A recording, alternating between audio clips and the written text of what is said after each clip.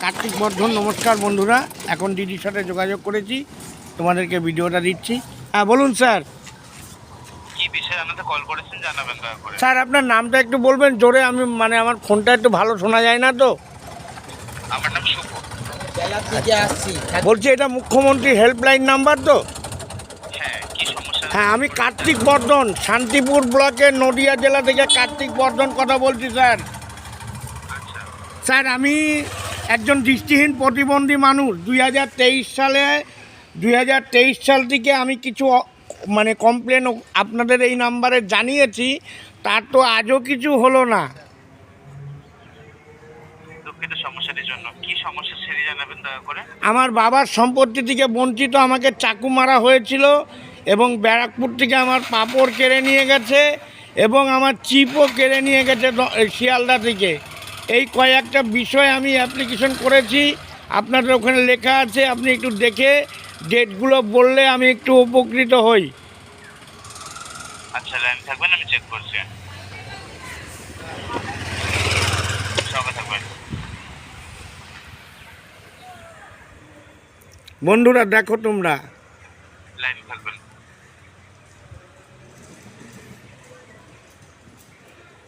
Call থাকবেন। হ্যাঁ আছি। আচ্ছা, তো দেখতেছি কার্তিক বর্ধনের নামে আপনি সমস্যাটি পূর্বে জানিয়েছিলেন। হ্যাঁ, আপনি কি জানিয়ে রাখতে চাইব আপনার এই সমস্যাটি বর্তমানে পশ্চিমবঙ্গ সরকারের সংশ্লিষ্ট বিভাগের কাছে নথিভুক্ত রয়েছে এবং সংশ্লিষ্ট বিভাগ আপনার এই সমস্যাটি দ্রুত সমাধানের চেষ্টা করছেন। সে তো অনেক দিন থেকে চেষ্টা করছে, চেষ্টাটা তো অনেক দিন ধরে হচ্ছে স্যার। এইটাই তো প্রমাণ হয়ে গেছে যে আমাদের মতো প্রতিবন্ধীদের বেঁচে থাকার অধিকার নেই, তাই তো নাকি? সমস্যা না হয়ে দুঃখিত, এই- বর্তমানে কাজ চলছে। এইটাই তো আপনাদের রাজ্য সরকার, আমাদের তো নয়, আমরা কানা। এইটাই তো আপনাদের রাজ্য সরকার, এটা তো ঠিক করছে না।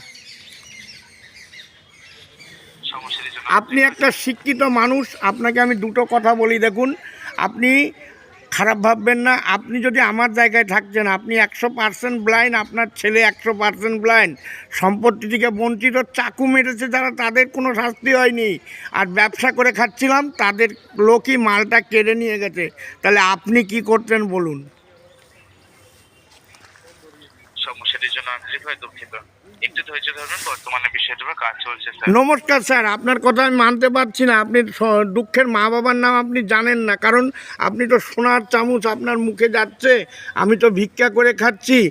তাই আমি এই ভিডিওটা সাধারণ মানুষকে দিচ্ছি, কারণ ইলেকশনে সাধারণ মানুষ চিন্তা ভাবনা করে যেন ব্যবস্থাটা করে। দিদি যা শুরু করেছে ভালোই করেছে। নমস্কার, ভালো থাকবেন।